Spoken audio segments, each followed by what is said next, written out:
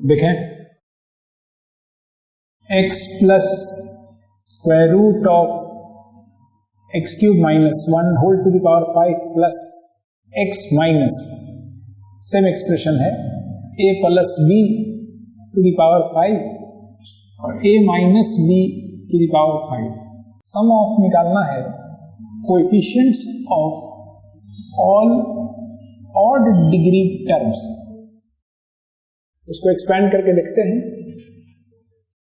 a plus b to the power 5 और a minus b to the power 5, ऐसा है वो एक्सप्रेशन। उसको हम s नाम से पुकार रहे हैं। यहां a हम x को कह रहे हैं और b दूसरे वाले expression 5c0 a to the power 5 के बाद नेक्स्ट वाला term 5c1 a to the power 4 times b plus dot dot dot. और जब दूसरे टर्म को एक्सपेंड कीजिएगा तो 5c0 a to the power 5, यहां इसको इमेजिन कीजिए a प्लस माइनस b, यानी आपको इसी एक्सप्रेशन में b के जगह माइनस b लिखना है। तो अब ये term minus 5c1 a raise to the power 4 times b हो जाएगा। फिर plus 5c2 a cube minus b का होल स्क्वायर है तो प्लस रहेगा। ये सारा प्लस, ये ऑल्टरनेट प्लस माइनस, तो दोनों को ऐड करेंगे तो जो टर्म्स बचेगा फिर 2 टाइम्स ये दोनों टर्म दो बार, और ये सब कैंसिल आउट हो जाएगा। तो 5c0 या सिर्फ c0 लिख दीजिए, c0 times a to the power 5 plus c2 times a to the power 3b square plus c4 times a to the power 1 into b to the power 4। यही 3 term बचेगा, c0, c2 and c4। अब हम a और b का values डाल लेते हैं। 2 times ये 5c0 है तो ये 1 होगा, x to the power 5 plus ये 5c2 है जिसका value 5 into 4 by 2 10, a cube और b स्क्वायर, b हम इसको माने थे, इस एक्सप्रेशन को b, इसको a, तो b square is x cube minus 1 plus 5c4 which is 5c1 which is 5 times x b to the power 4, यानी x क्यूब माइनस 1 का स्क्वायर। रूट था तो स्क्वायर करेंगे तो रूट हटेगा और फिर स्क्वायर, यही एक्सप्रेशन है।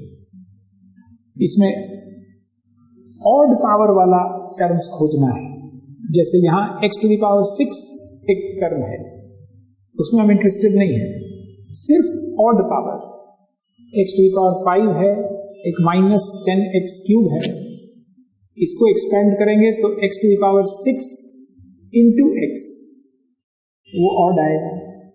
फिर minus 2x cube into x, वो इवन हो जाएगा। फिर लास्ट वाला term plus 1 times x odd हो जाएगा। अब हमको उनको कलेक्ट करने में दिक्कत नहीं है, उनके सिर्फ कोएफिशिएंट्स को ऐड करना है। Now sum of the coefficients of odd powers equal to, अब सिर्फ कोएफिशिएंट, तो x टू द पावर 5 का कोएफिशिएंट है 2,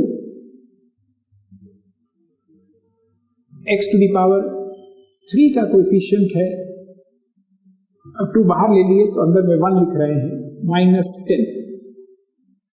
यहां पर x टू द पावर 7 का कोएफिशिएंट है 5 और एक प्लस 1 आएगा एक्सपेंड करने पर इंटू 5x, एक और 5। इतना सारा ऑड पावर्स ऑफ x का coefficient, and that is the answer.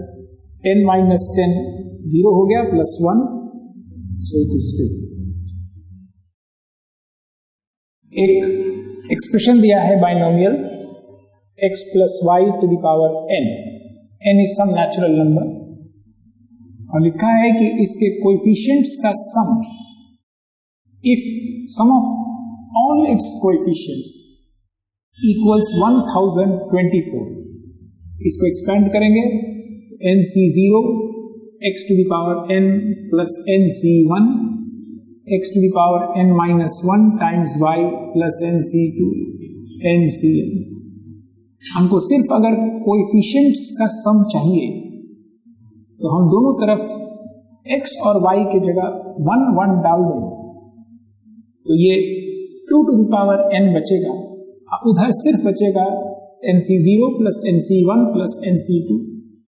तो 2 to the power n का वैल्यू कह रहा है 1024 दिया है if sum of the coefficients is given. हाँ, इसको देख के n हमको समझ जाना है कि कितना है, एग्जैक्टली 10 होता है। तब पूछा है फाइंड द ग्रेटेस्ट कोएफिशिएंट, माने 10c0 से लेकर 10c10 में से ग्रेटेस्ट कोएफिशिएंट कौन होगा।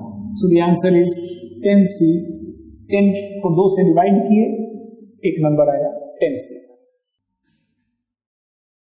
यहां एक बाइनोमियल एक्सप्रेशन दिया है 2 raised to the power 1/4 यानी 4th root of 2 प्लस ये 3 raised to the power minus 1/4 which means reciprocal of 4th root of 3 to the power n।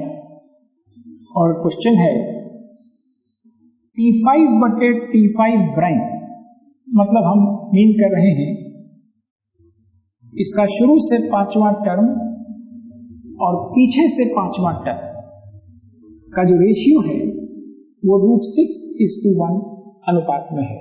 अगर then find the value of n, यानी question में एक unknown है n, एक equation चाहिए और इक्वेशन दिया हुआ है, खाली आपको 5th term from the beginning लिखने आना चाहिए।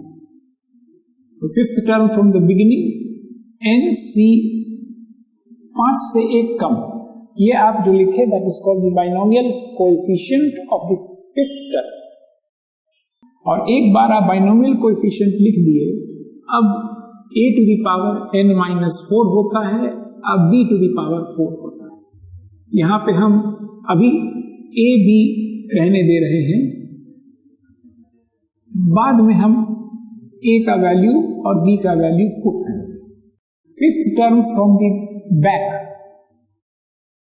तो उसका भी सिर्फ बाइनोमियल कोएफिशिएंट लिखना है, पीछे से 5वां टर्म का बाइनोमियल कोएफिशिएंट वही होगा, लेकिन हम यहां 4 नहीं लिख करके n-4 लिखेंगे, यद्यपि कि ये कट जाएगा क्योंकि ये दोनों का वैल्यू सेम है, लेकिन अभी इसलिए लिखेंगे क्योंकि तब यहां पे b to the power n-4 होगा, पीछे वाला टर्म का कोएफिशिएंट सेम होता है, पूरा टर्म नहीं सेम होता है, a to the power 4। और ये दिया हुआ है √6, इसको पहले कैंसिल आउट कर दिए और इनको भी काटे, यहां a to the power हो जाएगा n-8 और डिवाइडेड बाय हो जाएगा b to the power n-8, यानी a बटे b whole to the power n-8 बराबर √6। अब a बटे b का एक्सप्रेशन लिखिए, a है 2 to the power 1/4, अब b है 3 to the power -1/4। Reciprocal of this is equal to 3 to the power 1/4, इतना to the power n-8 equal to √6। और अब लॉज ऑफ एक्सपोनेंट्स खाली हम लोग को याद रखना चाहिए, क्लास 10th में जो हम लोग सीखे, a² × b² लिखा हो, बेस बोलते हैं यहां जो लिखते हैं, और ऊपर चढ़ा के जो लिखते हैं उसको एक्सपोनेंट बोलते हैं, इसको बेस। तो a² × b² is equal to ab का होल स्क्वायर लिख सकते हैं। आप साबित भी कर सकते हैं, दिस मीन्स a × a 2 बार, दिस मीन्स b × b 2 बार, ab को इकट्ठा कर लिए, ab × ab 2 बार, तो ab का होल स्क्वायर। तो हम इन दोनों को मल्टीप्लाई करके 6 to the power 1/4 to the power n minus 8। फिर अलजेब्रा हम लोग पढ़े हैं कि अगर a to the power b to the power c हो, 2 cube to the power 5 means 2 cube into 2 cube into 2 cube 5 बार, और 2 cube means 2 into 2 into 2 3 बार, तो दिस इज 2 into 2 into 2 15 बार, यानी इन दोनों को गुना कर दिया जाए। तो a to the power b whole to the power c is same as a to the power of bc। तो हम इन दोनों को गुना करें, n minus 8 को गुना कर रहे हैं 1/4 से, लिखते ऐसे बराबर 6 to the power half। अगर इस तरफ का बेस और इस तरफ का बेस सेम है तो हम दोनों तरफ के एक्सपोनेंट को इक्वेट कर सकते हैं, यानी हम यहां से निष्कर्ष निकालेंगे n minus 8/4 का वैल्यू इक्वल टू हाफ होना चाहिए, और इस प्रकार हम n का value 4 times half is 2 plus 8 is 10 ढूंढ लेंगे। ये बायनोमियल एक्सपेंशन को जब एक्सपेंड करेंगे, दो टर्म है, दोनों इरेशनल टर्म है। 2 का स्क्वायर रूट एक इरेशनल नंबर है √2, और 3 का 5th रूट ये भी एक irrational number to the power 10। इसको जब एक्सपेंड करेंगे 11 टर्म्स आएगा, उसमें से कुछ टर्म्स होगा जो रैशनल हो जाएगा, क्योंकि square to the power 4 to the power 6 ये सब करेंगे ना। तो क्वेश्चन कह रहा है कि find sum of the rational terms. तो पहले इसको एक्सपेंड करना होगा और ढूंढना होगा उसमें रैशनल टर्म्स कौन है। तो देखिए एक्सपेंड कर रहे हैं हम, इसका एक्सपेंशन लिख रहे हैं 10CR a to the power n minus r 10 minus r 2 to the power multiplied by 3 to the power 1/5 whole to the power r, and r varies from 0 to 10। अब देखिए तो ये रैशनल होने के लिए क्या जरूरी है, ये 10 minus r 2 से डिविजिबल हो जाए, माने 2 का मल्टीपल्स हो, तो ये टर्म रैशनल हो जाएगा। कब कब मल्टीपल ऑफ 2 होगा, देखिए 10 minus r, r की जगह 0 डालें तो ये 10 आएगा। 10 इज अ मल्टीपल ऑफ 2, यानी तब ये 2 to the power 5 हो जाएगा, जो कि एक रैशनल टर्म है। और खाली इसको रैशनल होने से काम नहीं होगा, इसको भी रैशनल होना होगा।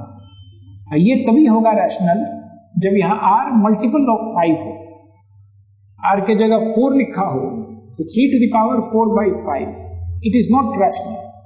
अगर यहां पे 5 हो तब ये रैशनल हो जाएगा, 10 हो तो रैशनल होगा। तो पूरा टर्म रैशनल होने के लिए जरूरी है कि ये भी रैशनल हो मल्टीप्लाइड बाय रैशनल हो, तब जाके रैशनल होगा। अब ढूंढे r मल्टीपल ऑफ 5, यानी r का वैल्यू 0, 5 या 10, बस 15 तो हो नहीं सकता है, तो r का 3 ही वैल्यू है जिसके लिए ये टर्म रैशनल होगा। अब इन तीनों को बारी बारी से देखें, यहां r के जगह 0 डाल देंगे तो ये रैशनल हो जाएगा। r के जगह 5 डालिएगा तो 10 minus 5 5/2, वो इरेशनल होगा।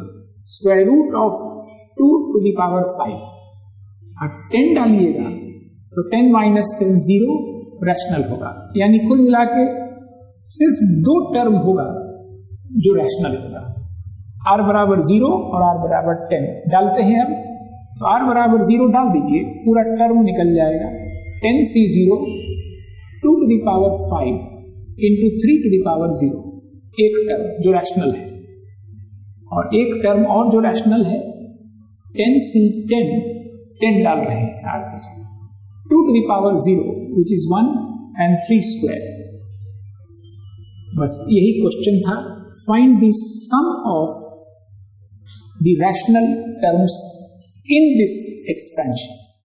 10C0 का वैल्यू 1 है, 2 to the power 5 का वैल्यू 32 है, 10 is 10C0, which is 1 into 3 square, 32 plus 9, 41. यहां एक बाइनोमियल एक्सप्रेशन है, यहां भी बाइनोमियल है लेकिन टू द पावर 1 है, यहां भी बाइनोमियल है लेकिन टू द पावर 1 है, a plus b to the power 1, 1 plus t to the power 24 whole to the power 1, यानी इसको एक्सपेंड करना ही नहीं है, तो ऑलरेडी एक्सपेंडेड है, इसको भी नहीं करना है, लेकिन इसको तो करना होगा। इसको एक्सपेंड करेंगे तो 13 टर्म्स आएगा into 1 plus t to the power 12 into 1 plus t to the power 24 into this is equal to this 12 CR 1 to the power 12 minus R T square to the power R and R varies from 0 to 12। यहाँ पे something plus something something plus something और यहाँ पे 13 terms U1 plus U2 plus U13 यही लिखा है।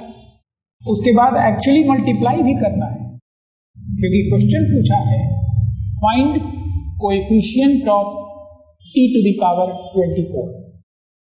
Actually जब multiply करके लिखेंगे तो आपको जो एक्सप्रेशन फाइनली आएगा, फाइनली वो एक पॉलिनोमियल आएगा in T, different powers of T, something plus something into T plus something into T square something into T cube type का एक एक्सप्रेशन आएगा। टी का जो हाईएस्ट पावर पे जहां जाके समाप्त होगा इसको कहेंगे nth डिग्री का पॉलिनोमियल इन टी, ऐसे लिखते हैं संस्कृत में।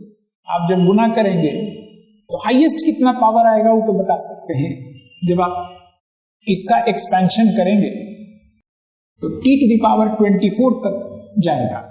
C0 प्लस C1x, हम x के जगह t स्क्वायर पुट कर रहे हैं, 1 plus x to the power 12 का expansion, C0 plus C1x plus C2x square plus C12x to the power 12 तक जाएंगे। यहाँ x के जगह t स्क्वायर लिखा है, तो C0 plus C1 t square, C2 t to the power 4 plus dot dot dot C12 t to the power 24 तक जाएगा। इसमें जो टर्म सब है उसमें हाईएस्ट पावर है टी टू द पावर 12 और इसमें हाईएस्ट पावर है टी टू द पावर 24। जब गुना करेंगे तो हाईएस्ट पावर ऑफ टी क्या आएगा, अगर पूछे, ये सवाल नहीं है तो हम आपको बताए थे गुना करने का तरीका। जब भी गुना करते हैं ब्रैकेट्स इंटू ब्रैकेट, एक टर्म इस ब्रैकेट से उठाते हैं, एक इससे और एक उससे गुना करते हैं जितना बन सके। जैसे कितना टर्म बनेगा, this into this into this, this into this into this, इसमें कुल 13 टर्म है, इसमें 2 इसमें 2, यानी यहां पर जब हम इसको मल्टीप्लाई पर करके लिखेंगे तो कुल इतना टर्म्स आएगा, 2 इंटू 2 इंटू 13, 52 टर्म्स। हाँ, उसमें से कुछ लाइक टर्म्स भी होगा जो इकट्ठा होकर के इवेंचुअली नंबर ऑफ टर्म्स 52 से कम हो जाएगा, लेकिन गुना करने पर इतना टर्म्स पहले आएगा। अगर हमसे कोई पूछे कि इस एक्सपेंशन में कितने डिग्री का पॉलिनोमियल बनेगा तो ऐसे ही बता देंगे, देख के इसका हाईएस्ट पावर इस ब्रैकेट का, इस ब्रैकेट का हाईएस्ट डिग्री, इस ब्रैकेट का हाईएस्ट डिग्री, 24 24 12, 24 24 हो गया 48 और 12 60, यानी t टू द पावर 60 तक का टर्म मिलेगा, a60 t to the power 60 expand कर। इसमें कुछ मिसिंग कोएफिशिएंट्स भी होगा, तो इसको कहते हैं polynomial of degree 60 in t। वो बोलना जरूरी है, अगर यहाँ x के पावर्स में लिखा होता तो इन x बोलते। क्वेश्चन क्या है देखिए कि इसका जब एक्सपेंशन करेंगे तो उसमें e टू द पावर 24 वाला जो टर्म होगा उसका कोएफिशिएंट बताइए। और अगर हम कहें कि a plus b to the power 5 का एक्सपेंशन कीजिए और इसमें b क्यूब वाला जो टर्म हो जिसमें b का पावर 3 दिखता हो उसका कोएफिशिएंट बता दीजिए। तो आप बता देंगे द मोमेंट आप इसका जनरल टर्म लिखना जानते हो आप तुरंत बता देंगे देख करके कि b क्यूब वाला टर्म कौन होगा। देखिए b क्यूब, अच्छा r के जगह 3 डाल दीजिए तो b क्यूब वाला टर्म होगा 5c3 a square b cube. अब अगर आप कोएफिशिएंट पूछ रहे हैं तो ये बताएंगे, टर्म पूछ रहे हैं तो पूरा बताएंगे। तो जब तक हम इसको एक्सपैंड नहीं कर लें हम नहीं बता पाएंगे कि e टू द पावर 24 का कोएफिशिएंट कितना होगा। Let us expand. हम इसको इक्वल टू लिख रहे हैं, इन दोनों को पहले मल्टीप्लाई कर लेते हैं। 1 into 1, 1 into t to the power 24, t to the power 12 और t to the power 36। 1 plus t to the power 12 plus t to the power 24 plus t to the power 36 गुना किए इन दोनों को। अभी 13 टर्म वाला bracket लिखना बाकी है, वो नहीं लिख रहे हैं। 12cr t to the power 2r, r varies from 0 to 12। एक ब्रैकेट है बड़ा सा और ये एक ब्रैकेट है जिसमें 4 टर्म है। ये आसान था तो गुना कर लिया। अब एक एक करके देखिए, इसको पहले गुना कीजिए उससे, उसमें खोजिए t टू द पावर 24 का टर्म। अपने से खोजिए coefficient of t to the power 24 ढूंढ रहे हैं। पहले खोजिए coefficient of t to the power 24 in 1 times उतना। इस एक्सप्रेशन को हम थोड़ी देर के लिए कुछ s नाम दे देते हैं। तो 1s यानी s में खोजिए कितने कौन कौन कोएफिशिएंट है। फिर खोजिएगा coefficient of t to the power 24 in t to the power 12 से जब सब गुना करेंगे उसमें खोजिएगा। इसी तरह से हम 4 बार गुना करेंगे। एक बार t टू द पावर 24 से गुना कर देंगे सबको और उसमें खोजेंगे in t to the power 24 times s। इसमें खोजेंगे, ये खोजना है इन दिस। कोएफिशिएंट खोजेंगे of t to the power 24 in t to the power 24 in t to the power 36 times s।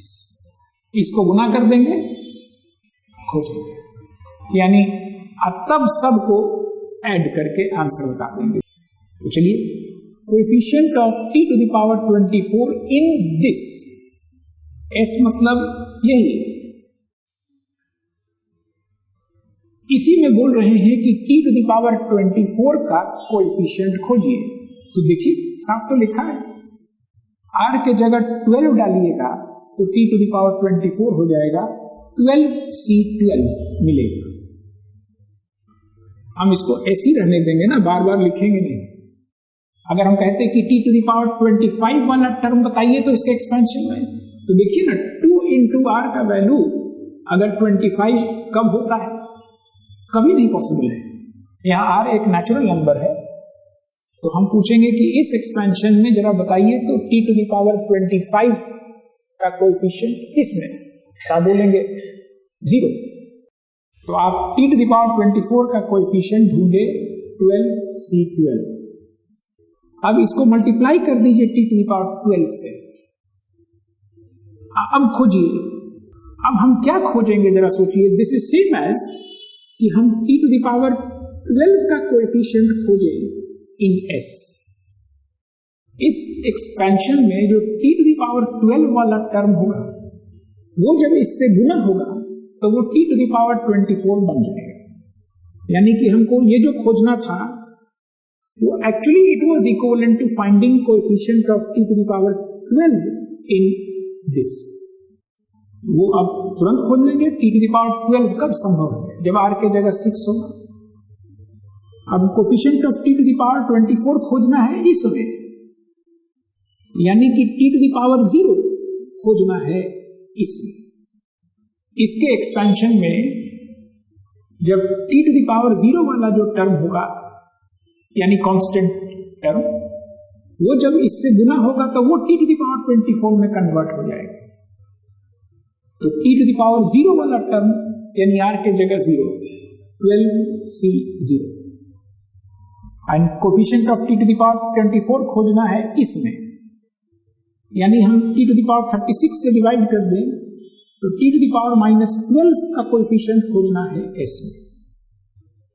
इसमें t टू द पावर -12 का coefficient नहीं है, यानी t टू द पावर -12 अगर होता ना इसके एक्सपेंशन में कहीं पे, तो वो जब t टू द पावर 36 से गुना होता तो वो t टू द पावर 24 में ट्रांसफॉर्म कर जाता, पर है ही नहीं t to the power -12।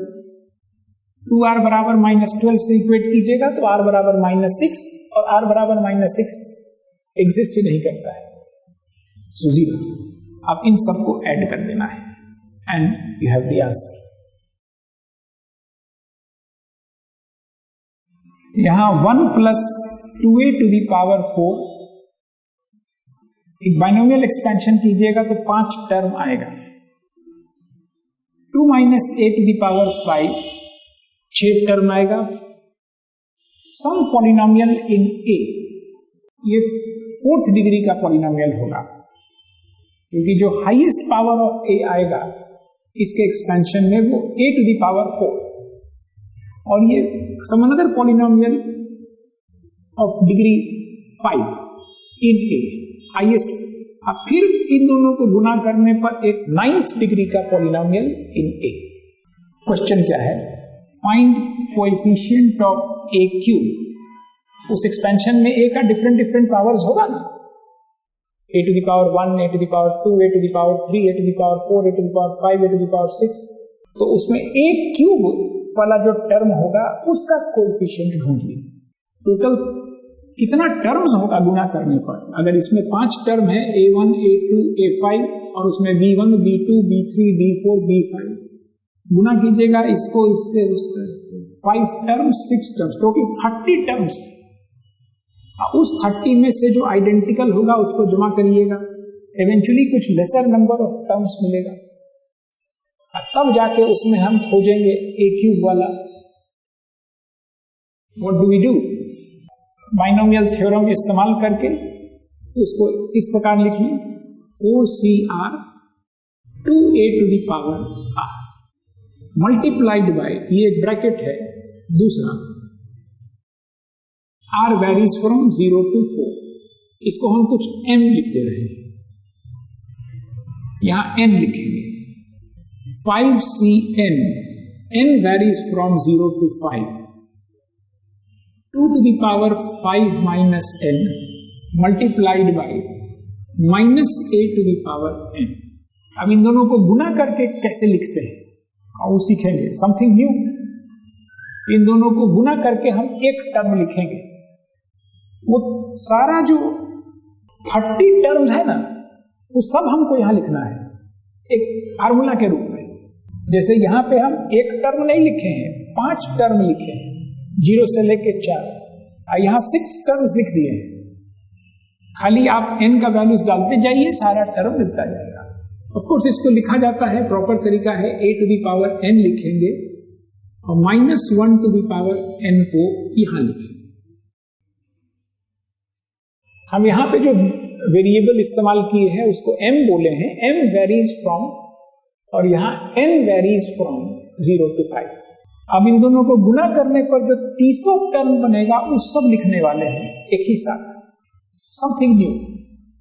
Copy कर देना है, 4cm 5cn -1 to the power n, सबको this into this into this into this, सबको गुना कर रहे हैं। 2 to the power m and 2 to the power 5 minus n, उसको इकट्ठा करके 5 plus m minus n into a to the power m into a to the power n, ऐसे लिख दिए।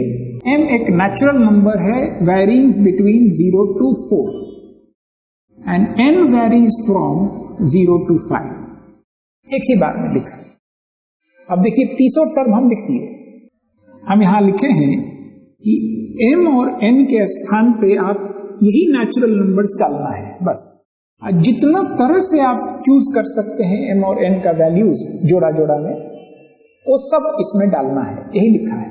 जैसे हम m के जगह सोचे कि 0 डालते हैं और n के जगह सोचे कि 0 डालते हैं, डाल दीजिए। तो उस 30 टर्म्स में से एक टर्म आप लिख दिए, फिर आप m के जगह 0 डालिए और n के जगह 1 डालिए। दूसरा टर्म माने कोई एक टर्म उस विशालकाय समुद्र में से आप लिख दिए, फिर m के जगह 0 डालिए, n के जगह 2 डालिए, m के जगह 0 डालिए, n के जगह 3, m के जगह 0, n के जगह 4, m के जगह 0, n के जगह 5, और जितना बना सकते हैं अपने से बनाते चले जाइए कॉम्बिनेशंस। अब हम m के जगह 1 डालेंगे, अब फिर n का वैल्यू 0 से लेकर 5 तक बारी बारी से बदल देंगे, फिर m का जगह 2 लेंगे, 2,0, 2,1, 2,2, 2,3, 2,4, 2,5। इस तरह से हम ऑल 30 टर्म्स को एक साथ ऐसे लिखेंगे। ये हमारा लैंग्वेज है। क्वेश्चन क्या है? ए क्यूब वाला टर्म्स खोजिए, उसका कोएफिशिएंट सब ढूंढिए। ए क्यूब माने इतना बराबर 3 होना चाहिए। अब m और n का ऑल पॉसिबल कॉम्बिनेशन सोचिए such that m plus n का वैल्यू 3 हो जाए।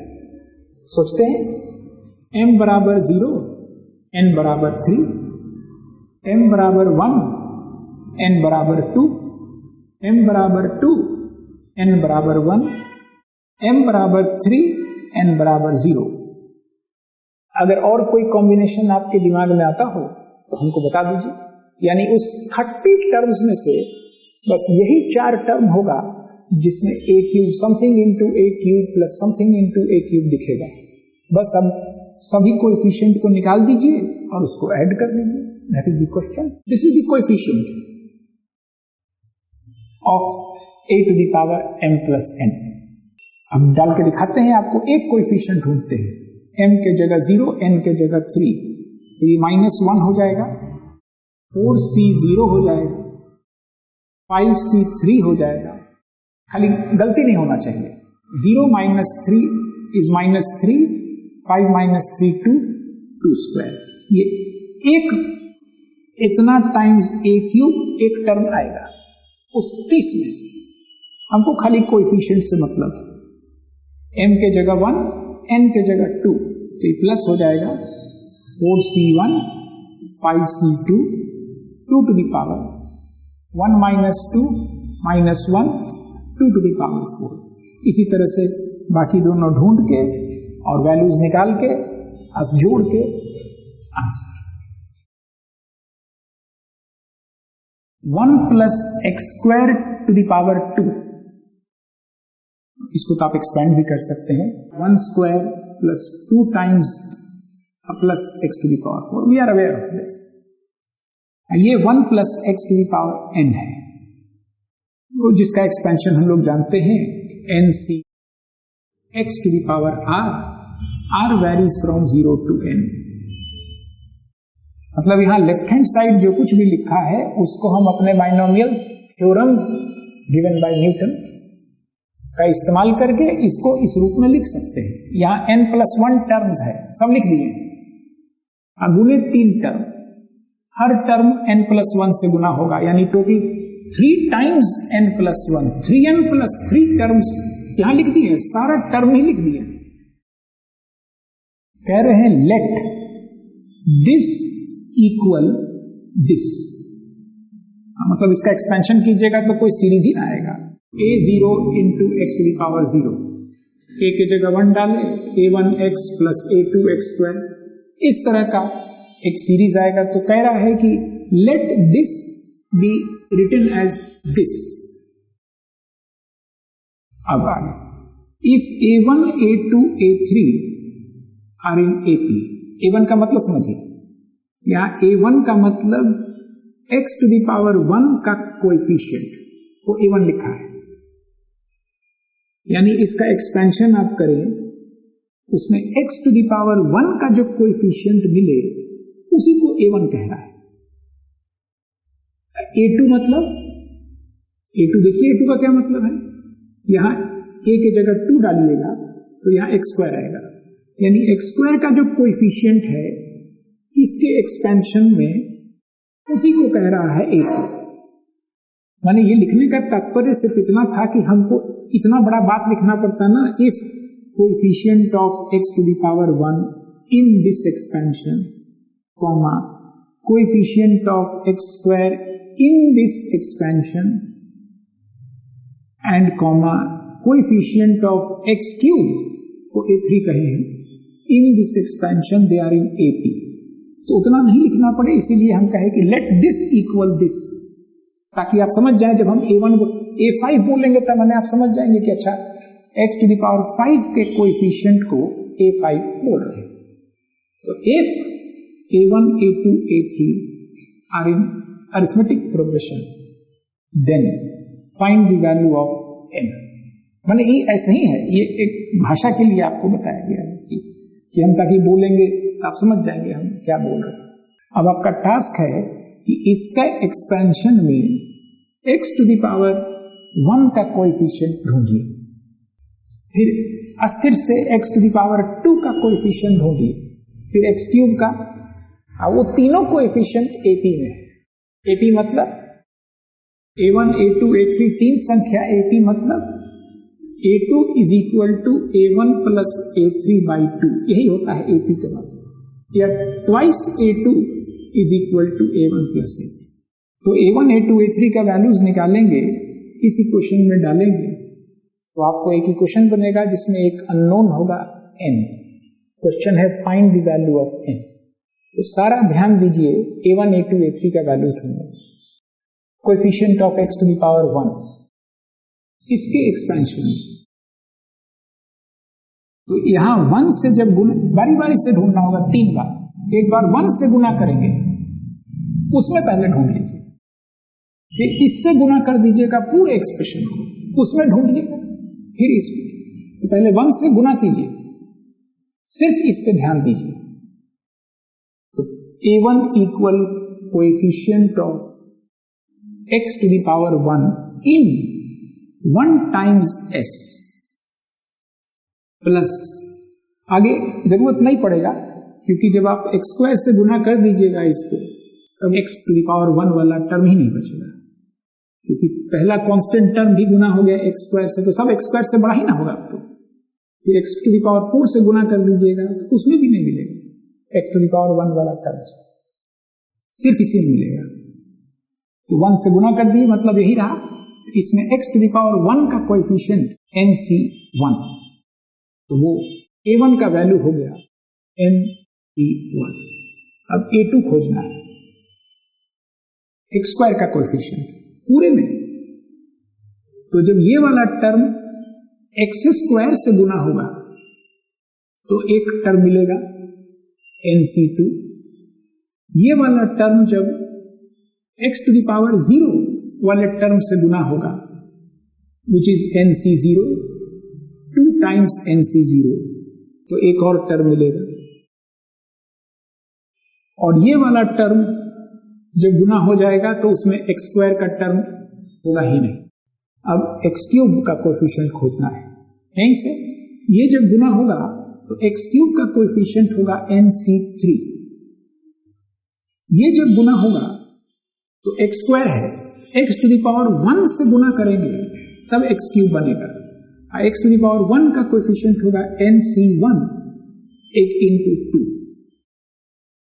2 टाइम्स nc1, और ये जब गुना होगा तो सारा term x to the power 4 से बड़ा हो जाएगा, इसमें x क्यूब का टर्म नहीं मिलेगा। अगर हम कहे होते कि हमको x टू द पावर 6 का कोएफिशिएंट ढूंढ के बताइए, coefficient of x to the power 6, देखिए हम लोग कर सकते, क्वेश्चन में नहीं है, एक बार ऐसे ही प्रैक्टिस। ये जब गुना होगा 1 तो x टू द पावर 6 वाले टर्म से गुना होने पर nc6 कोएफिशिएंट मिलेगा। फिर जब ये गुना होगा तो x टू द पावर 4 वाला टर्म से गुना होगा, nc4 इंटू 2, वो x टू द पावर 6 का कोएफिशिएंट होगा 2 टाइम्स nc4, और ये जब गुना होगा तो x स्क्वायर वाला टर्म से गुना होगा तो x टू द पावर 6 मिलेगा, यानी NC2। तो x टू द पावर 6 का कोएफिशिएंट ढूंढते तो दिस प्लस दिस जो भी नंबर आता वो होगा। तो हम A1 A2 A3 को ढूंढ लिए, NC0 को हम 1 लिख दें, NC1 को n लिख दें, और अब कहता है कि ये तीनों AP में है। NC2 plus 2 times 2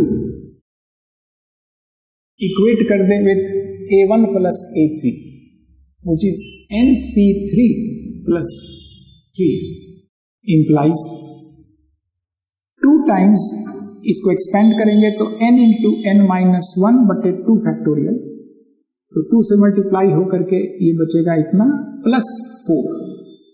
NC3 is n into n minus 1 into n minus 2 बटे 3 factorial which is 6 plus 3n। यहां n स्क्वायर माइनस n है प्लस 4 और माइनस 3n, तो माइनस 4n प्लस 4 इंटू 6 कर दें क्रॉस मल्टीप्लाई, तो ये बचेगा n minus 1 into n minus 2। उसको भी एक्सपेंड करना ही होगा, कंजूसी करने से कुछ फायदा नहीं है।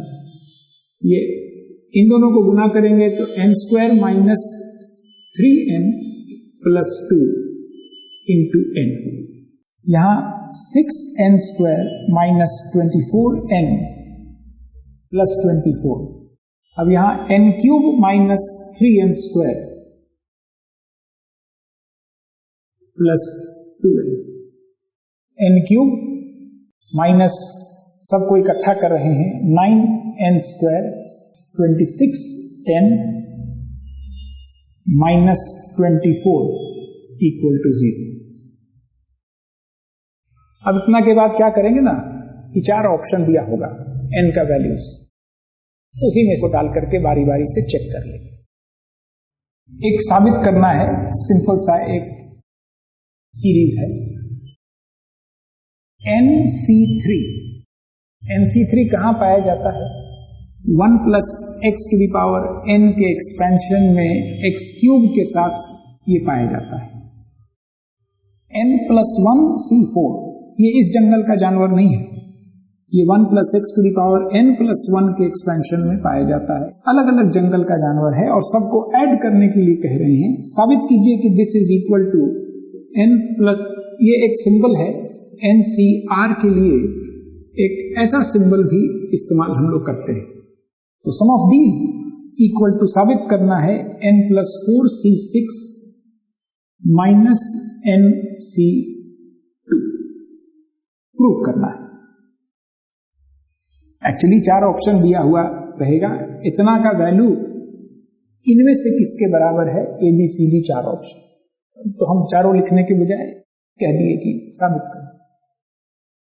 इस समय उस प्रॉपर्टी का इस्तेमाल होगा जो हम लोग सीखे थे कि NCR और NCR माइनस 1 एक ही जंगल का ये दो जानवर है। 1 plus x to the power n के एक्सपेंशन में ये दोनों पाया जाता है। अगल बगल कोई दो को जोड़िएगा तो उससे नेक्स्ट जंगल वाले एक जानवर का वैल्यू निकल जाता है। ये इक्वल टू होता है n प्लस 1C। इसी प्रॉपर्टी पे बेस्ड ये क्वेश्चन है, और इस प्रॉपर्टी पे बेस्ड बस एकमात्र यही क्वेश्चन ही बनता है। देखिए, किसको जोड़ते हैं हम, जो लेफ्ट हैंड साइड जो लिखा है उसमें हम एक टर्म ऐड कर रहे हैं NC2 प्लस, ऑफ कोर्स हम यहीं पे लिख दे रहे हैं NC2 ऐड कर रहे हैं, एंड एक NC2 सब्ट्रैक्ट भी करना होगा, ऐड करेंगे तो सब्ट्रैक्ट भी करेंगे, माइनस NC2। अब जुड़ जाएगा आसानी से। अब हम इन दोनों को जोड़ सकते हैं, NCR प्लस NCR माइनस 1, ये दोनों जानवर जुट के n प्लस 1 C3 बड़ा वाला। अब ये दोनों कंबाइन होकर के n+2c इन दोनों में जो बड़ा है। अब ये दोनों कंबाइन करके n+3c इन दोनों में जो बड़ा है। अब फिर ये दोनों जुट के n+4c इन दोनों में जो बड़ा है। यानी इवेंचुअली ये सिर्फ बचेगा एक टर्म शुरू में जो है -nc2 और एक सबका सम हो गया n+4c6। बस खाली एक टर्म ऐड करके सबट्रैक्ट करने से अब सिकुड़ता जाता है। Sum of the coefficients of integral powers of x in this expansion 1 minus 2 root x to the power 50 का एक्सपेंशन कर रहे हैं। देखिए कर रहे हैं 50cr 1 to the power 50 minus r minus 2 root x to the power r. r varies from 0 to 50. Root x को x to the power half लिखें तो x to the power r by 2 minus 2 to the power r को अलग से लिखें। अगर आप handsome बनाना चाहते हैं तो -1 to the power r को अलग से लिखना जाता है, क्योंकि -1 to the power r का मतलब सिर्फ ये एक साइन है, एक बार प्लस एक बार माइनस, एक बार प्लस एक बार minus 2 to the power r। यही कोएफिशिएंट हुआ x to the power r by 2 का। अगर हम इस एक्सपेंशन में पूछे होते कि x to the power 24 वाला कोएफिशिएंट बताइए, तब आप तुरंत बता देते। r के जगह अगर हम 48 डालें, प्रोवाइडेड की डाल सकते हैं, तो यहाँ x to the power 24 रहेगा, उसका कोएफिशिएंट हो जाएगा 50c48 2 to the power 48 minus 1 to the power 48। यही तो ब्यूटी है इस तरह से लिखने का। आप इस पूरे एक्सपेंशन में एवरी टर्म में x का डिग्री और उसका कोएफिशिएंट सब दिखता है। This is binomial theorem. हमसे पूछा है कि इस एक्सपेंशन में इंटीग्रल पावर्स ऑफ x, जैसे अगर r बराबर 1 डालेंगे तो x का जो पावर होगा वो एक इंटीजर नहीं होगा। तो जब जब x का पावर इंटीजर हो उन कोएफिशिएंट्स का सम चाहिए। तो कब कब इंटीजर होगा? जब जब ये मल्टीपल ऑफ 2 होगा, यानी हर इवन 0 फिर 2 फिर 4 फिर 6, r बराबर 0 डाले हैं 50c0 into 2 to the power 0 plus 50c2। अब इसका चिंता तो खत्म हो गया क्योंकि ये अब हमेशा प्लस होगा। 50c2 r के जगह हम 2 डालें 2 to the power plus 50c4, यही हमको निकालना है। 2 to the power r के जगह 4 डालें, so on and so forth, plus 50c50 r के जगह 50 डालेंगे 2 to the power 50।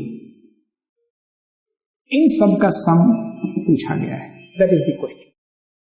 केवल इतना याद रखना है आपको कि कोई भी सवाल जो आपको हम देंगे बनाने के लिए, वो उतने ही में से देंगे जो पढ़ाए हैं, उससे बाहर से नहीं देंगे।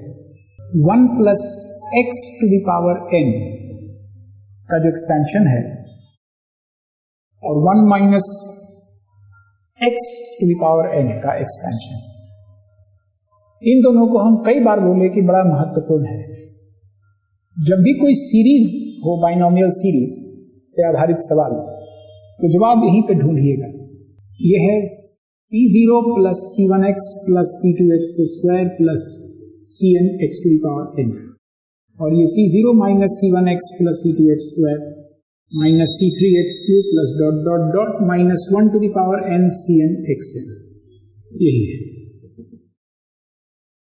इस सीरीज को जरा देखिए। 1 प्लस 2 to the power 50 को एक्सपेंड करने पर ये नहीं मिलेगा, बीच में मिसिंग टर्म्स। और अगर 1 माइनस 2 to the power 50 को एक्सपेंड कीजिएगा, इसको एक्सपेंड करने पर c0 plus C1 into 2 plus C2 into 2 square C3 into 2 cube मिलेगा, डॉट डॉट डॉट सारा। इसको एक्सपैंड कीजिएगा तो C0 minus C1 into 2 plus C2 into 2 square minus C3 into 2 cube plus dot dot dot. अब दोनों को अगर हम ऐड कर दें तो ये वाला सब टर्म खत्म हो जाता है और सिर्फ बचता है यही वाला सीरीज 2s।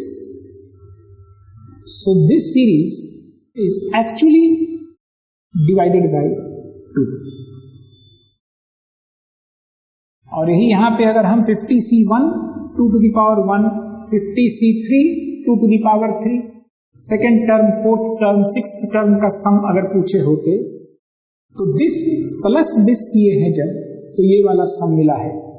अब जब दिस माइनस दिस करते तब आपको ये वाला टर्म्स मिले।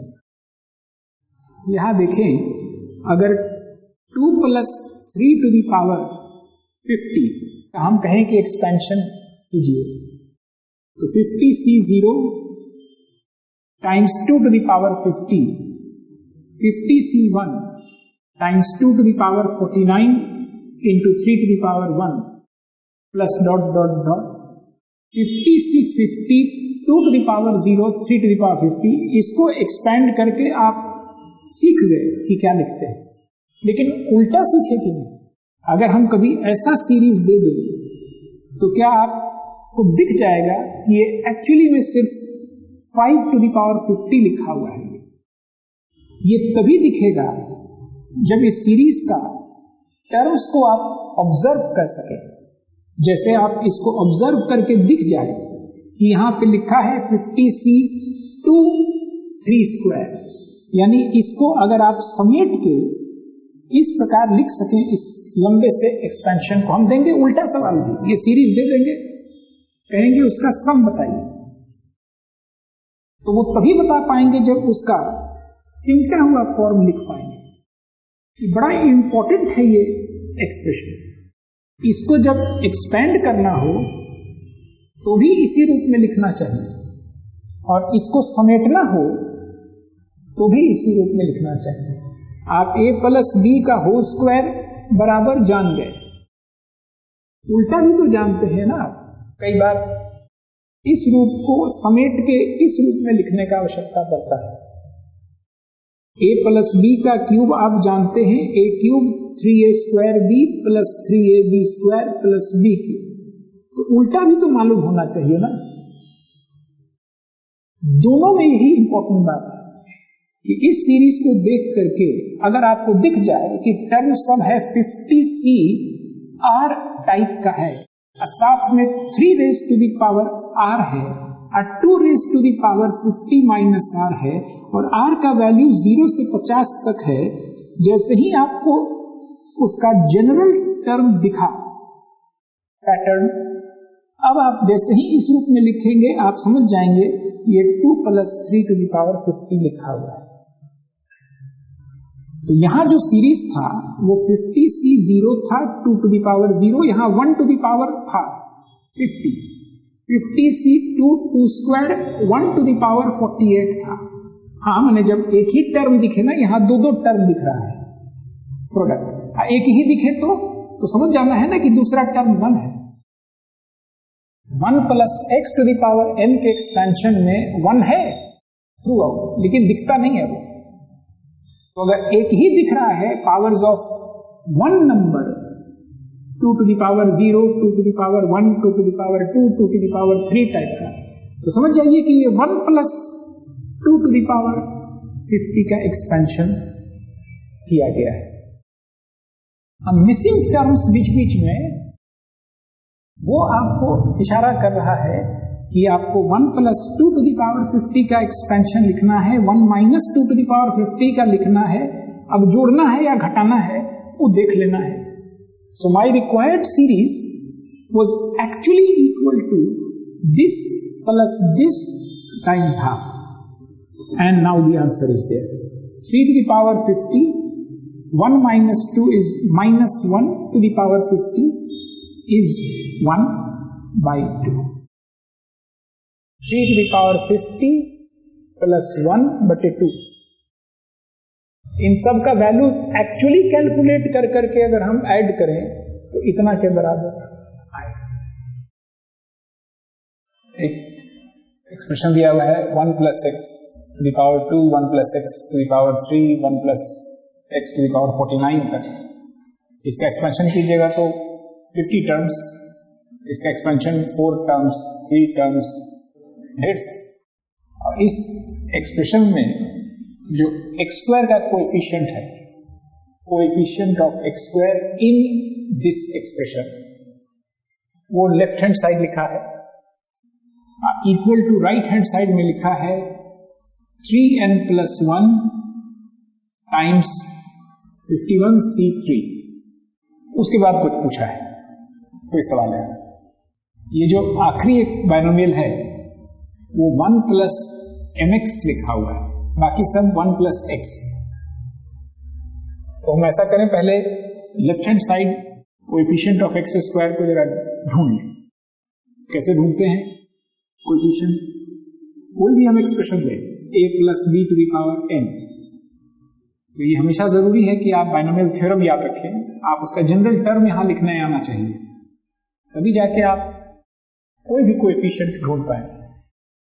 जैसे यहां सारा expressions 1 + x to the power कुछ k टाइप का है, यहां से लेके यहां तक, वो वाला एक डिफरेंट है। 1 + x to the power k का जो एक्सपेंशन होता है kcr x to the power r, 1 + x to the power n ncr x to the power r। तो इस एक्सपेंशन में अगर हम पूछें कि x to the power r का कोएफिशिएंट क्या है, तो ncr, x to the power 3 का कोएफिशिएंट क्या होगा, nc3, x² का कोएफिशिएंट क्या होगा इस एक्सपेंशन में, nc2। इस एक्सपेंशन में n ये है, तो इसमें x² का कोएफिशिएंट 2c2, 3c2, केवल x² का coefficient 1 + x to the power 4 के एक्सपेंशन में x² का coefficient 4c2 plus ... 49c2 plus, और इसका एक्सपेंशन कीजिएगा तो 50cr, इसका जो जनरल टर्म है mx to the power r, यानी m to the power r times x to the power r, ये है कोएफिशिएंट। तो आपको x² का कोएफिशिएंट चाहिए इसमें, तो 50c2 into m², तो 50c2 into m², और ये इक्वल टू दिया हुआ है 3n + 1 टाइम्स 51c3। प्रॉब्लम को देख करके घबराना नहीं चाहिए, लिखा है coefficient of x², each expansion में x² का टर्म होगा, इसमें भी होगा, x² के साथ कोएफिशिएंट होगा 3c2, नेक्स्ट वाले में भी होगा 1 + x to the power 4 में भी, उसमें x² का कोएफिशिएंट 4c2 होगा। तो आप ईच बाइनोमियल एक्सपेंशन में अगर आप x² का कोएफिशिएंट ढूंढना जानते हैं तो पहले ढूंढ लीजिए, पैनिक पहले मत हो जाइए, पहले ढूंढ के देखिए, हो सकता है सवाल आपसे बन जाए। तो हम पहला स्टेटमेंट को सिंप्लीफाई करके इस रूप में लिख लीजिए। अब यहां के बाद फिर से सोचते हैं, अब यहां एक सीरीज है something plus something plus something, हम इसको ऐड कैसे करेंगे? कोई भी सीरीज तब तक ऐड नहीं होता है जब तक कि उसका हमको पैटर्न नहीं दिखता है। ये सीरीज का एक जनरल टर्म को लिखते हैं, इसका सारा term 2c2, 3c2, 4c2, 5c2, 6c2 type का है, कुछ kc2 टाइप का है, n नहीं लिख रहे हैं क्योंकि n ऑलरेडी यूज किया गया है, इस टाइप का है where k varies from 2 to 49। ये सबसे महत्वपूर्ण स्टेप है। हम अगर एक सीरीज लिख रहे हैं 23c0 -½ to the power 5, minus half to the power 18, 3 by 4 to the power 0. ये भी नहीं, 23C1 minus half to the power 22, 3 by 4 to the power 1. 23C2 minus half to the power 21 and 3 by 4 square plus dot dot dot dot dot dot 23C23 minus 3 by 4 to the power 23. ऐसे भी नहीं लिख के देंगे हम, यहाँ पे minus बाहर में रहेगा और यहाँ 1/2 रेज टू द पावर 23 लिखा होगा, यहाँ प्लस होगा, यहाँ 1/2 raise to the power 22 into 3/4 लिखा होगा, यहाँ पे फिर माइनस साइन होगा, 1/2 raise to the power 21 into 3/4 का स्क्वायर, इस तरह से प्लस माइनस, और हम इसका सम कहेंगे, बताइए कितना है। तो अगर आप ऑब्जर्व कर लिए कि इसका जनरल टर्म क्या है, सारा टर्म 23CR टाइप का है, यहां 1 है तो यहां 3 to the 4 to the power 1 है, यहां 2 है, तो सारा टर्म इस टाइप का है और minus half to the power 23 minus R ऐसा है। यहां पे टू द पावर 1 है, यहां टू द पावर 22 है, यहां टू द पावर 23 है, यहां टू द पावर 2 है और हाफ टू द पावर 21 है। जब तक ये पैटर्न नहीं दिखेगा, और ये माइनस प्लस माइनस को भी हम इस माइनस को इसमें इंक्लूड कर सकते हैं, हर जगह माइनस लिख सकते हैं, यहां -1 टू द पावर 22 प्लस हो जाएगा।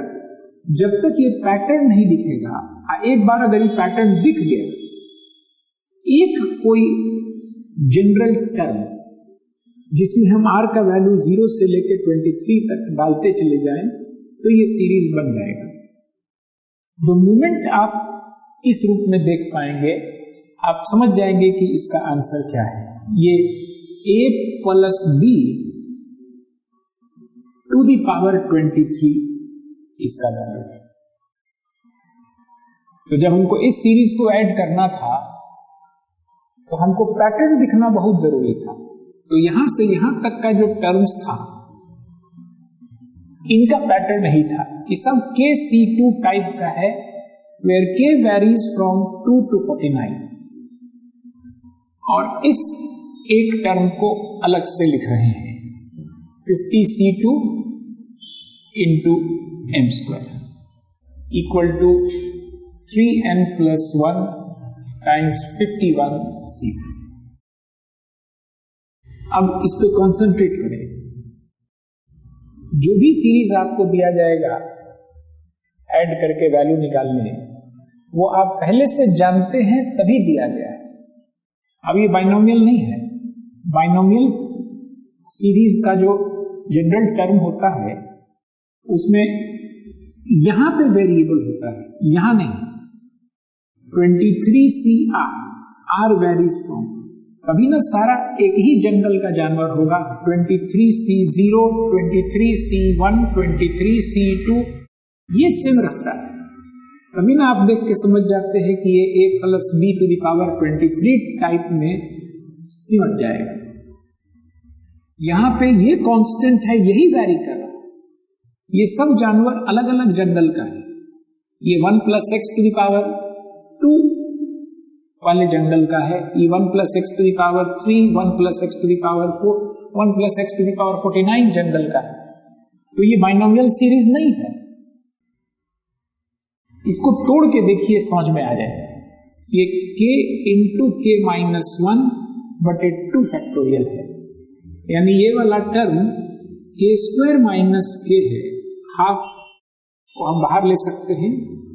सिग्मा 1 to 49 हम लिख रहे हैं, जबकि है 2 to 49। हाँ, 1 डालने पर इसका वैल्यू 0 हो रहा है, तो इसीलिए अगर हम ऐसा लिख भी दें कि 1 से 49 तक ऐड करना है, तो इट इज सेम एज 2 से 49। यहां दो सीरीज है, एक सिग्मा के स्क्वायर 1 to 49 माइनस सिग्मा के 1 to 49। देखिए तो आप ये दोनों आपके जाना पहचाना है कि नहीं।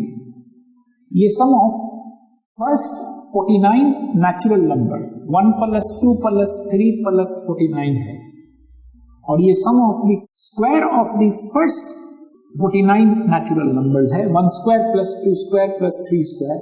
हम यहाँ पे इसीलिए 1 लिखे क्योंकि हमारे पास ऑलरेडी एक फॉर्मूला है, 1 से लेके n तक ऐड करना हो नेचुरल नंबर्स को। अब 5 से n के लिए फॉर्मूला नहीं है, अगर 5 से n ऐड करना हो तो हमको पहले 1 से n ऐड कर लेना होगा। अब 1 से 4 वाला सम को सब्ट्रैक्ट कर देना होगा। तो हम यहाँ पे 2 to 49 को 1 to 49 लिख दिए, और हम सब्ट्रैक्ट करने का जरूरत नहीं पड़ा क्योंकि 1 डालने पे जो टर्म आ रहा है दैट इज 0, तो वो कुछ सब्ट्रैक्ट है। तो ये हमारा जाना पहचाना सीरीज है। अब जब इस बात को हम समझ गए हैं, हाफ सिग्मा के स्क्वायर माइनस सिग्मा के का वैल्यू यहां लिखने जा रहे हैं, which is n into n plus 1 into 2n plus 1 बटे 6। ये हम लोग फॉर्मूला करते हैं।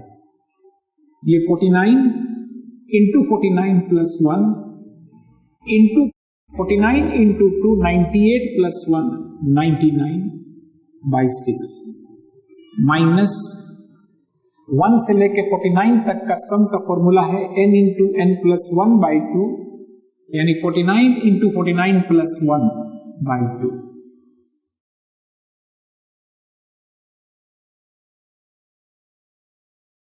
प्लस 50C2 को हम 50 into 49 divided by 2 m square 3n plus 1 times, पता नहीं अभी आवश्यकता है कि नहीं इस स्टेप में इसको एक्सपेंड करने का, लेकिन चलिए कर दिया। 3 into 2 6 लिख दिया। हम इसमें से 49 into 50 डिवाइडेड बाई 2 कॉमन में एक काट दें तो ये 33 हो जाएगा। अब इन दोनों का डिनोमिनेटर सेम हो गया, 49 into 50 by 2 कॉमन ले लीजिए तो 33 minus 1 ब्रैकेट में विच इज 32, और डिनोमिनेटर में एक 2 भी है। हम केवल अभी इस एक्सप्रेशन को सिंप्लीफाई कर रहे हैं। So this is 49 into 50 into 8 plus 50 into 49 by 2 m square 3n plus 1 51 into 50 into 49 by 6। अच्छा, 49 into 50 कैंसिल हो सकता है, यहाँ 8 बचेगा, यहाँ m square by 2 बचेगा, और यहाँ 51 by 6 टाइम्स 3n plus 1 बचेगा। अब हम एक 6 से मल्टीप्लाई कर दें तो यहाँ 48 हो जाएगा, यहाँ 3m स्क्वायर, इधर ऐसा 51 टाइम्स 3n प्लस 51 माइनस 48 3 हुआ, एक 3 से कैंसिल आउट हो जाएगा तो बचेगा m स्क्वायर बराबर 51n प्लस 1। ठीक है, ये जो स्टेटमेंट था इतना बराबर इतना, हम उसको सिंप्लीफाई करते करते यहां तक पहुंच गए। एक रिलेशन निकल गया बिटवीन m एंड n। अब क्वेश्चन जो पूछा है वो ये कि m is some positive integer, the smallest positive integer, such that this condition is satisfied. If then find the value of n। अब यहां देखिए, यहां m और n दोनों पॉजिटिव इंटीजर्स हैं। यहां अगर m एक पॉजिटिव इंटीजर है तो स्मॉलेस्ट पॉजिटिव इंटीजर क्या होगा, ताकि ये एक परफेक्ट स्क्वायर हो, तब ना m बराबर स्क्वायर रूट ऑफ इतना लिख रहे हैं, तो ये नंबर एक परफेक्ट स्क्वायर होना चाहिए। अभी तो उसका स्क्वायर रूट निकालने के बाद भी वो एक इंटीजर है। तो think of numbers in place of n। n के जगह 1 डाल के देखते हैं, 2 डाल के, 3 डाल के पॉजिटिव इंटीजर्स। जिस समय ये परफेक्ट स्क्वायर हो जाएगा बस वही आंसर होगा। तो n बराबर 5 डालने पर 256 आ रहा है, which is a perfect square of 16। यानी कि इस सवाल का जवाब हो गया n बराबर 5। यही क्वेश्चन। चलिए आज के लिए समाप्त।